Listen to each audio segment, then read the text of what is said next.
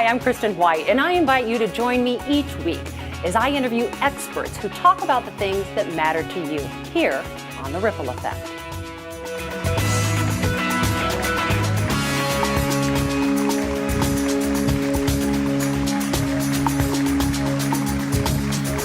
Hi, I'm Kristen White. There's a world of good news out there. Let's start in Houston, Texas. Zoo cheetahs are running wild at a local horse racetrack. Of course, the horses are not on the track at the same time.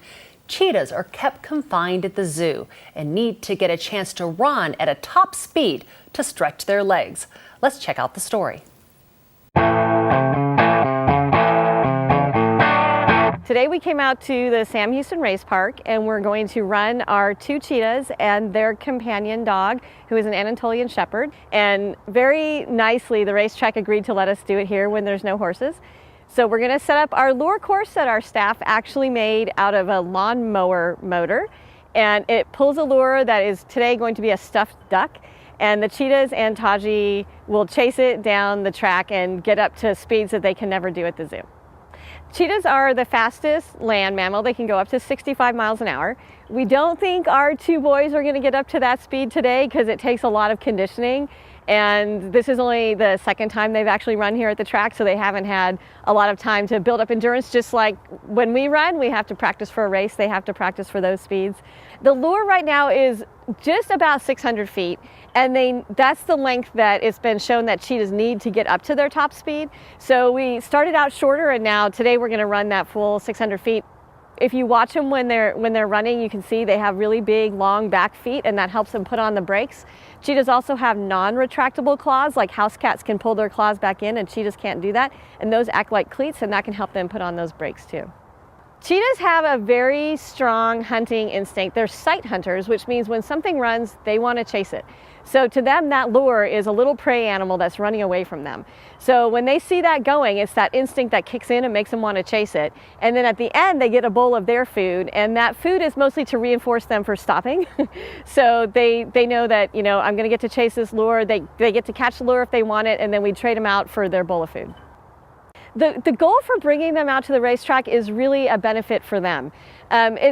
There's a lot of studies that are starting to show that cheetahs need to get up to those speeds in order to be healthy. They have to burn off certain metabolic components. And so even though it's really fun for us to be out here watching them, it's more for them to have that psychological and physiological need met for what they have to have being in captivity.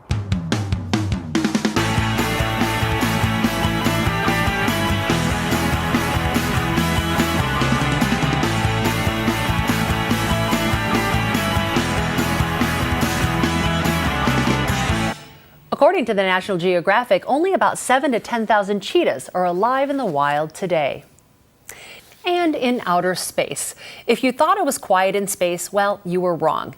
Instruments aboard NASA's orbiting radiation belt storm probes have picked up audio from the phenomena known as chorus, radio waves that come within the Earth's magnetosphere. And they sound more like birdsong than aliens from outer space. So let's turn up the volume to listen to a song from space.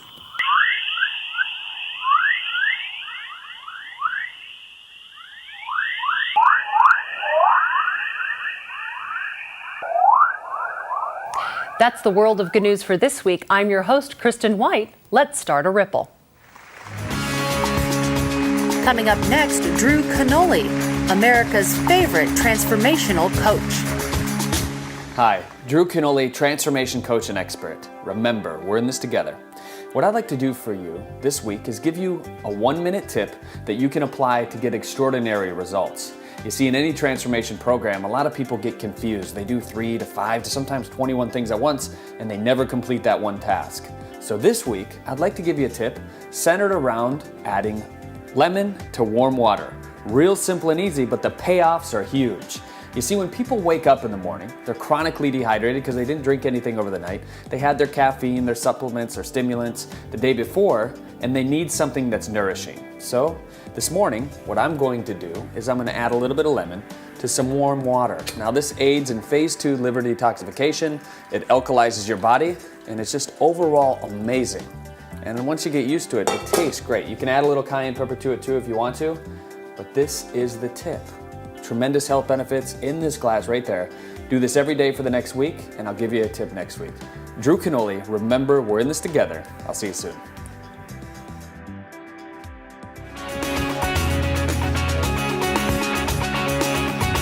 How do you turn your passion into cash? Bill Walsh is America's business expert. He teaches entrepreneurs across the globe how to create massive business success.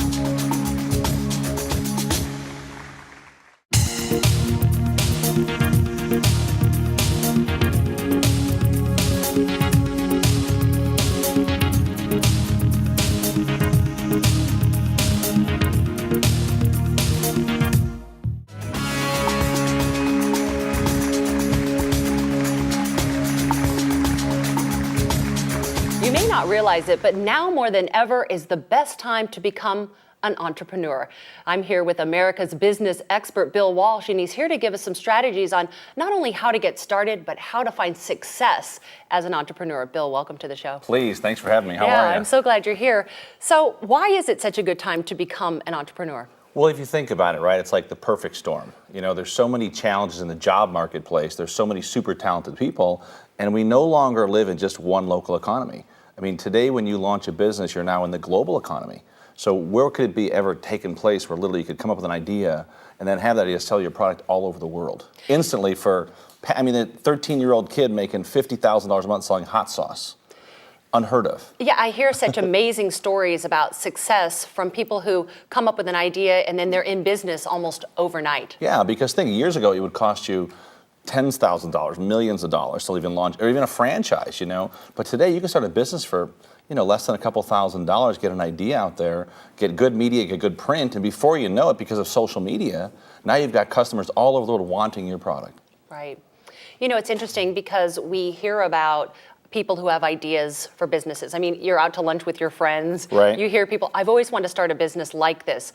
But a lot of people just don't pull the trigger. Why is that? Fear. Yeah. Fear is the number one answer. And I think a lot of times what happens, people get very comfortable. Yeah. They get kind of like, you know, everything's kind of going along good, but they don't realize that, you know, most people in our country, in the U.S., are probably 6 months away from being broke.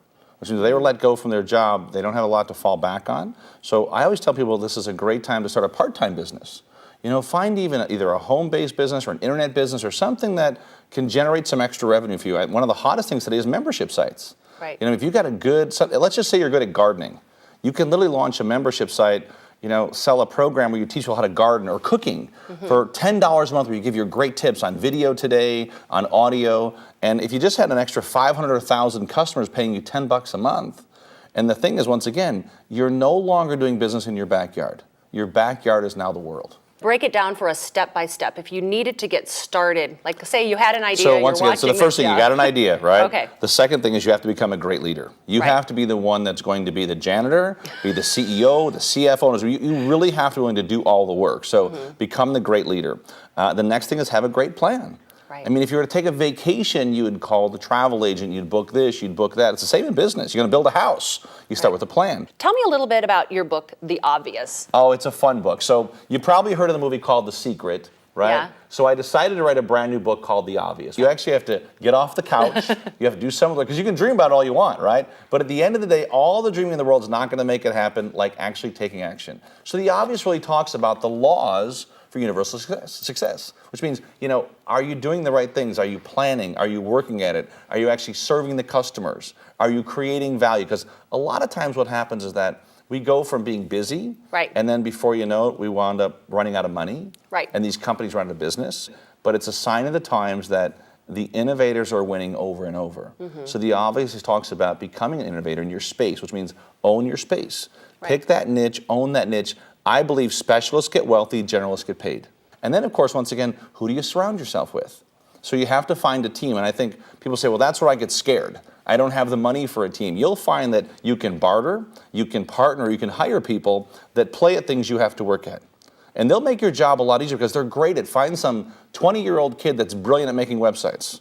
And the funny thing is that they're all over every college campus in this country. And they're probably 1,000 times better than you are trying to do these things. So let them do it, you know what I mean? And then from there, once you've got those things rolling, then it's really about building the business. So who's going to become your joint venture partners? Yeah, and no reason to be threatened by them. You know, some people are like, I have to protect my idea, so they don't launch the idea because they want to protect the idea. Well, the other thing is they believe they have to own the whole company. Right. Most of us know that Bill Gates is the largest shareholder in a small company called Microsoft, right? Right. You know, but they don't know that he only owns less than 4% of the company. Right. So it's much better to have a small piece of something really big versus a big piece of something that stays really small. So talk to me about, you said the universal laws of business success. Share with us at least one of them. Well, let me give you one of them. Obviously, what I realized a long time ago is that unless you're willing to get outside your comfort zone and really serve people, I mean, truly understand that service is not about how much money you can make, right? Mm-hmm. It's really about how many people can you serve. And so one of the things we talk about, which will really help a lot of entrepreneurs, is that when you're starting your business and you're just getting going, we teach a simple law called motivation versus inspiration, right? And what happens for motivation is it keeps you busy all the time. Motivation might be great if you work at a car sales lot, right? Yeah. Might get you excited about your job for the day.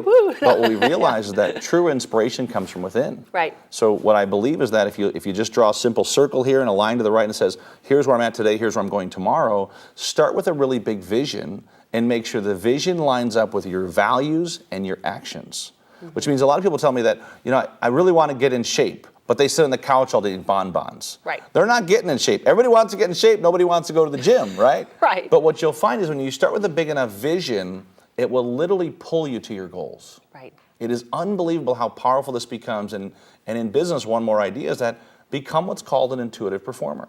Mm-hmm. Become someone that operates from a place called unconscious competence. You don't have to think about it. You literally own that space, and you own it because you know the space, you serve tons of customers, and you're getting paid for it. Just a couple of different laws. Yeah. Amazing advice from Bill Walsh, America's business expert. Thank you so much for being with us for on the show. And it's been great. Incredible tips. Thank you. And thanks again for having me. It's been awesome. Yeah, thank you. Is there something you'd love to attract in your life? Well, coming up next, Andrea Wolf is the author of the book, Ignite Your Life: How to Get From Where You Are to Where You Want to Be. So I'd like you to meet the queen of having it all.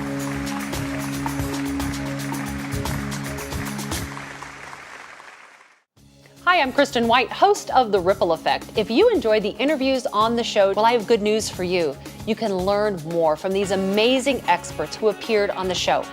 All you need to do is go to the website, KristenWhiteTV.com. And guess what you'll find there? An extended interview, more than 15 minutes long, about all of the extra wisdom that we just couldn't even fit into the show. So go to Kristen White TV online, look up your expert's name, and learn everything else that they had to contribute that we simply couldn't fit into the show. See you on the website.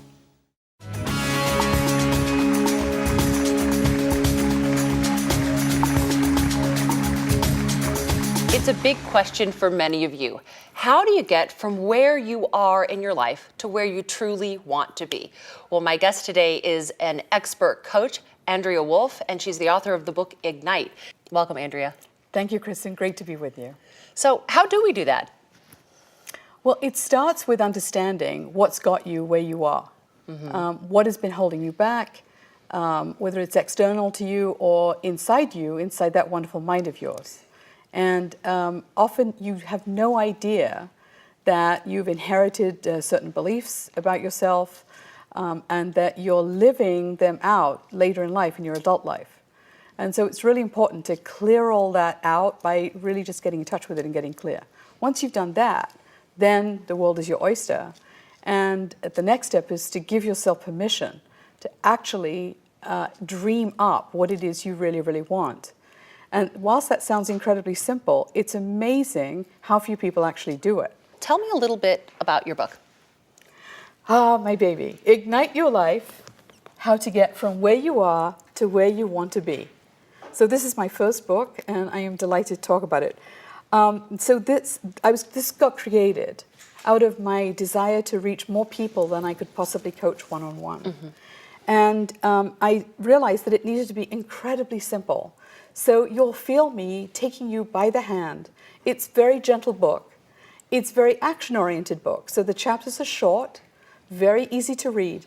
And like I started to say, it starts with clearing out all those limiting beliefs that have really been running the show in your life. And then from there, once we do that, you get clear about your life, how you feel about every area of your life. And then from there, it's about picking a couple of areas to focus on and creating that ideal vision. And then once you've done that, then you create the plan, and then you begin to get into action. And the last section of the book is actually how to live an ignited life. Because let's not take that for granted. If it's a bit like exercise. When you go for that first time when you haven't been exercising, it really feels strange and, let's say, a little bit painful. So it's the same thing when you haven't been living the way you've been maybe yearning for decades. When you start to do it, you might just sabotage it. So I touch on some very simple ways to actually enjoy the journey. Andrea, talk to us about managing negativity in our lives. So there are three primary sources of negativity. One is outside yourself, and it is the media. The news is designed to keep you hooked. It's almost like a drug. If you start to notice, like the timing and how they seed the next upcoming disaster that they're going to tell you about, yeah, you're nodding. Really, you're nodding. This is your background, right? It is. And so it's such a trap if you get pulled into and sucked into. The next area to pay attention to is your friends and family, your immediate close community. Now, let me be clear from the offset. I do not mean excommunicate everybody in your life. I want to be alone. Go find a new group, right? You're negative. So I don't mean that. So keep your friends and family.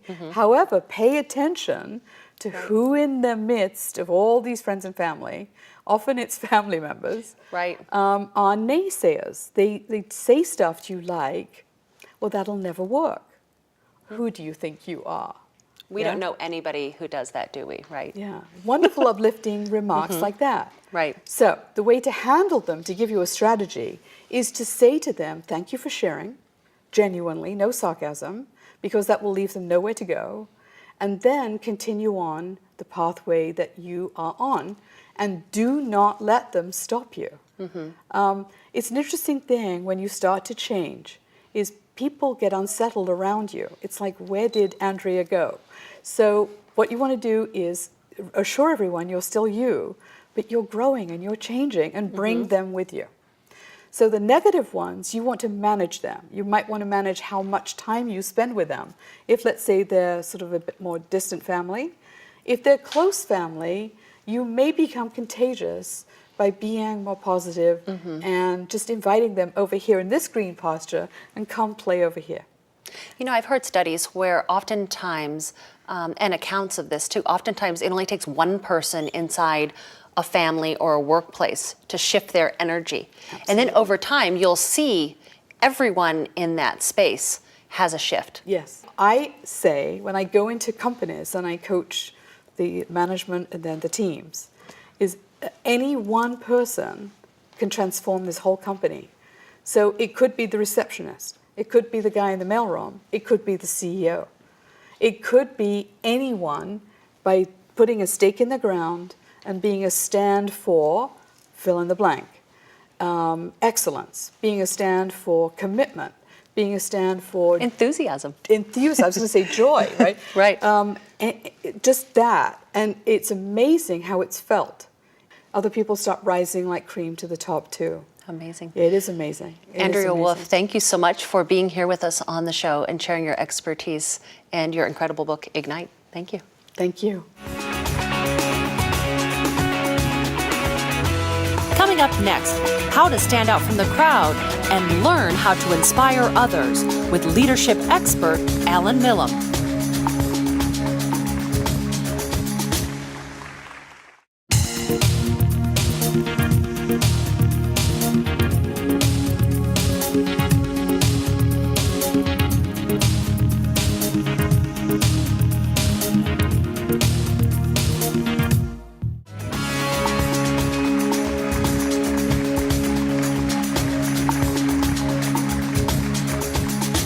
ever wonder who's in charge these days? In fact, in the world today, as companies close and businesses change, who in fact is the boss? Well, there's an opportunity out there. My guest today, Alan Millman, is here to talk about leadership and his expertise in that area. Alan, welcome. Oh, thank you. It's great to be here. So, Alan, what is going on in terms of leadership in the world today? Well, you know, it's a fascinating topic because we often think of leadership being, as you said, related to government or organization, work, but really leadership has to, in this day and age, start from an inside-out job. It's really starting with the individual. And if you've tracked the statistics recently, we have the highest level of unhappiness in our work. We have the highest level of unhappiness with our bosses. And the good news is, with all this change and shifting in America, we have more of a move to entrepreneurism, right? And a lot of them are saying, you know, I'm tired of being, you know, working with someone up there that doesn't know how to lead effectively, how to motivate, how to inspire. And so they're actually moving entrepreneurially and saying, you know, it's time for me to take over.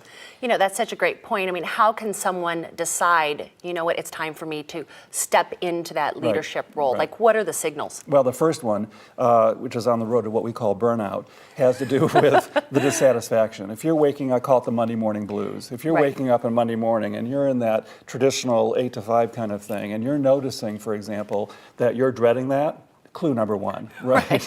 So if you're coming home at the end of the day, and if you have loved ones, family and whatnot, and your reserve tank is on, clue number two, and just being able, from a place of possibility, begin to articulate what is that next step? How can I lean to be a little more powerful? What if I wanted to have a little more authority? What would that look like? Do you think it's important, whether it's in your home or in your business, to create that quiet space? Absolutely. I'm not talking about creating little, you know, yoga studios, with, you know, right? But it is about being able just to unplug. So if you're in a work environment which is public, you know, take a break and just walk around outside. You're gonna get out of the building. Right. If you have the ability to take some deep breaths. Totally. A lot of it is, you know, with practice, and a lot of practices out there talk about the power of breath work. So it really is about taking those little breaks to re-energize ourselves, to be more on point for what we're doing, and have more energy at the end of the day coming home. Share with us some of the statistics. I mean, there's a lot of hard facts about exactly what you're talking about. Right. Well, I'm cautious because it always takes me a little bit into fear and doubt when I say them, you know, but I think it's important. Don't be frightened.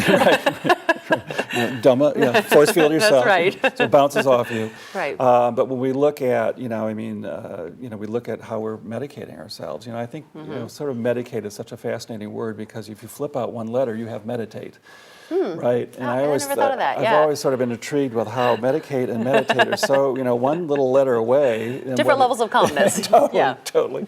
But we have, you know, I think 1 in 4, 1 in 5 adults now is on some kind of prescription drug, anti-anxiety and anti-depression drug, all-time high, even down to our children. You know, we're just really medicating, and we want to, you know, we have to respect that from one perspective, but also, you know, are we patching, band-aiding ourselves with certain issues that we can actually correct by having more stillness, by having more mindfulness, by having more calm, to give us more centeredness in our life. So, you know, the unhappiness statistics with regard to our general lives, to our unhappiness at work.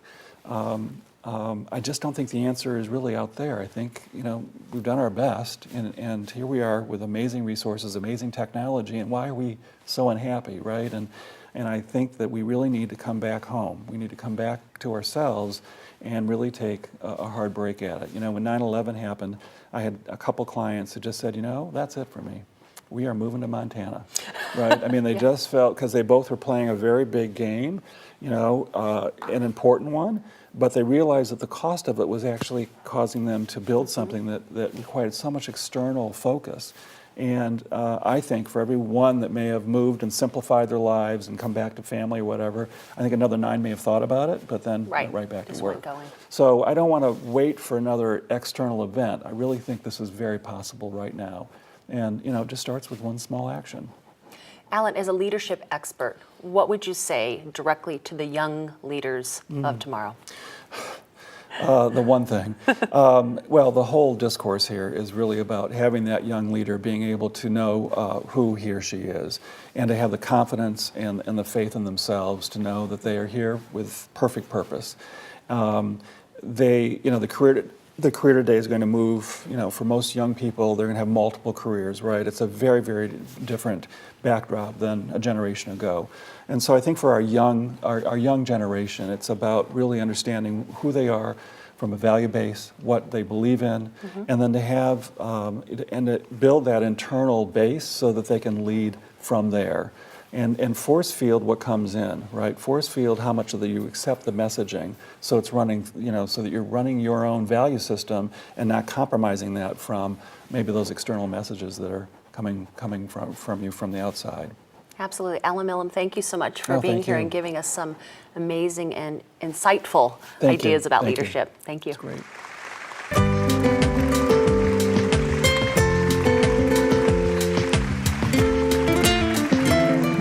I'm here in Sedona, and it's one of the most beautiful places, I believe, here on the planet. It's so visually rich with all of the red rocks and the gorgeous blue skies. And it's where I'm introducing my series, Spirituality Boot Camp, the 7 Principles of Spiritual Practice. Well, the next principle we're going to cover is visualization. Visualization is the most powerful tool that you can use to send a message to the universe about what you'd like to attract in your life. It goes through the gateway of your imagination. So when you can have a vision, a very clear vision about what you'd like to see in your life, it comes to you faster. It manifests in a way that can sometimes feel miraculous. So your assignment for this spiritual practice of visualization is to create a vision board. I'm sure you've heard of vision boards before, but they actually work like magic. So take some time and create an image of what you'd like to see inside your life now. And look at the images. Feel the experience as if it's already happened. And connect to the experience of having it emotionally inside your heart. Your heart is a powerful magnet. And when you use it every day with visualization, you'll get results with Spirituality Boot Camp. Coming up next, get naturally fit with holistic fitness expert Kimberly Jonz. Hi guys, welcome back to A Minute to Fitness. I'm so excited you're here with me today because we are going to work on arms. We're going to do some arm circles. So when you're at home and you're in the kitchen and the pot's boiling, let's not sit there and watch it, let's do something. So we're going to start with the arms extended and then roll them forward. We're going to spiral out. So you want to start with little tiny circles. Let's also add the abs in a little bit here by drawing the belly button into the spine. So we're nice and tight in our center, in our core. And we're gonna do arm circles for 1 minute, and let me tell you, your arms can get quite heavy. So 1 minute goes a long way, people. Just keep rolling it. Now spiral out with your arms a little bit bigger and wider. And keep it going. Beautiful, you're doing great. Now I'm gonna spiral backwards. Reach your fingertips long like you're trying to touch the walls on each side of you. So we're adding a little bit of Pilates in here. And by keeping the fingertips long and the fingers long, we're engaging the triceps. So keep it going. Shoulders down away from our neck. Let's stay up nice and tall. Lengthen that spine. Beautiful. That is it for your Minute to Fitness. Thank you so much, guys. Just 1 minute a day is going to create a ripple effect. And then you're really going to love your body. Thanks. Any emails, questions, please feel free to email me at The Ripple Effect, and I'll get back to you with whatever your situation is.